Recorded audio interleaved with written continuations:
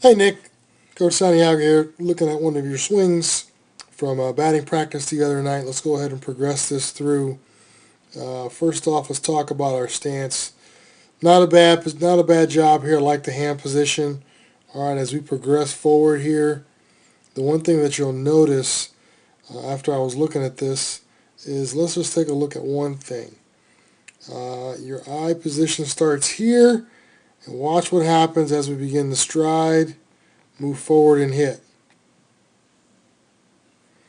There's our eye position changing. So that's a lot of room to cover with our eyes from one point to another. Plus, what ends up happening to the baseball as it's coming to us is it creates an optical illusion that it also is moving.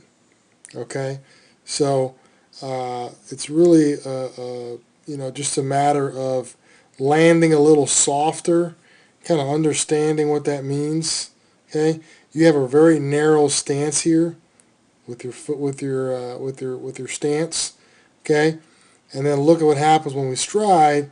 Okay, we pick up another, let's say, foot and a half with our stride. Do a good job of keeping the hands back in this area, which is good. Okay, but it's a little bit of a longer stride than I'd like to see you have, and the head movement is just very detrimental to kind of squaring balls up because, like I said, I mean, look at where your head starts at, and look at where it ends up. Now that was a low pitch, so you had to kind of go down and get that right there. But that's an example of kind of where we're at. If you remember in our hitting speech that we talked about, we want to go from stance to power position before we start our swing. And as you notice, you are striding and the hands are already activated. This is kind of the area that concerns me the most about everything that I see, even outside of the head position, is the fact that when our foot lands, your hands are already within your body. Okay? You want to keep your hands right about there. As you notice, your foot is not quite down yet.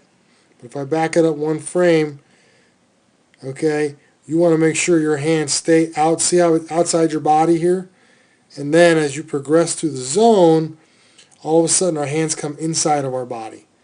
And that's a huge problem. We want to make sure we keep our hands outside of our body when we land, because that'll give us the control, our barrel control that we need to go level, middle, or down to a baseball. Okay?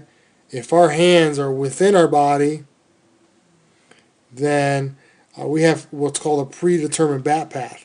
You have very little control here because when you land, your hands are already inside your body. Okay, so it's a fixable issue, but it is an issue. The last thing I would say is let's try to get a little bit more aggressive with your follow through here. Okay, I'd like to see this barrel in this area here. That would be obviously predicated by a good solid trunk rotation through the zone. So biggest things, head movement, separation at landing, and then a good aggressive follow through. Okay? Keep up the good work. We'll keep working.